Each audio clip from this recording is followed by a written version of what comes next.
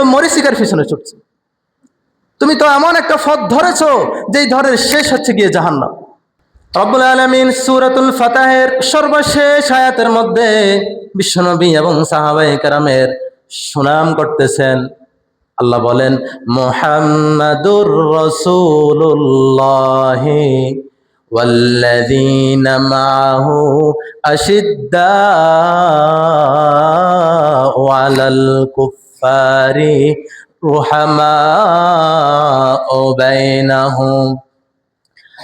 রব্বুল আলামিন পবিত্র কোরআনে তার হাবিবের সাথী যারা আছেন, সাহাবায়ে কেরাম যারা আছেন, তাদের আলোচনা করতে গিয়ে, তাদের সুনাম করতে গিয়ে সর্বপ্রথম তাদের একটা গুণাগুণ বলেছেন যে বিশ্বনবীর সাথী সাহাবায়ে কেরাম যারা আছে তারা আশিদ্দাউ আলাল কুফফারি, কাফেরদের বিষয়ে তারা সব সময় কঠোর থাকে, রুহামাউ বাইনাহুম, আর নিজেদের বিষয়ে তারা সব সময় দয়াবান থাকে। কাফেরদের বিষয়ে তারা কঠোর থাকে, কাফেরদের ছোট থেকে ছোট, নিম্ন থেকে নিম্নমানের কোনো বিষয়ে তারা কখনো কম্প্রোমাইজ করে না, তারা কখনো আপোষ করে না। আর সে আমরা মুসলিমরা, সাহাবায়ে কেরামের উত্তরসূরিরা, বিশ্বনবীর রেখে যাওয়া, সাহাবায়ে কেরামের রেখে যাওয়া সেই আমানত এখন আমাদের কাছে। আর এখন আমরা সেই কাফেরদের খেলা নিয়ে দিনরাত মত্ত হয়ে আছি। আস্তাগফিরুল্লাহল আযীম। আমাদেরকে একটু সচেতন হতে হবে। আমরা কোথায় গিয়ে আমাদের ঈমান, আমাদের চেতনা, আমাদের সংস্কৃতি সবকিছুকে আমরা বিলিয়ে দিচ্ছি। বিশ্বকাপের পিছনে গিয়ে এখন দেখবেন অনেক যুবক রাতে ঘুমায় না, খেলা দেখতেছে।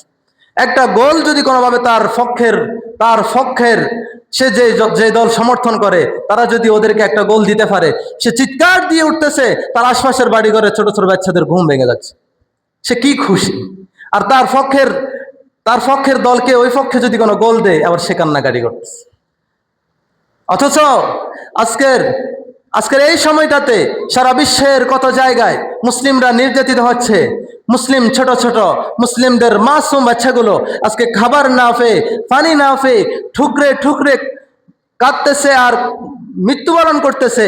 আর তুমি মুসলিম ঘরের সন্তান হয়ে তুমি ওই সমস্ত কাফের, এমনকি কাফেরদের মডেল যারা, তুমি তাদের পিছনে ঘুরতেছো। তুমি কার পিছনে ঘুরতেছো? তুমি তো মরিচিকার পিছনে ছুটছো।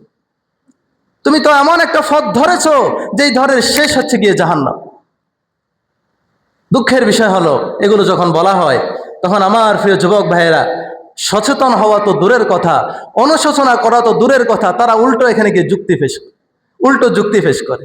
যারা গিয়ে দেখবেন উল্টো যুক্তি পেশ করে, বুঝে নিবেন তার কপালটা অলরেডি ফুড়ে গেছে।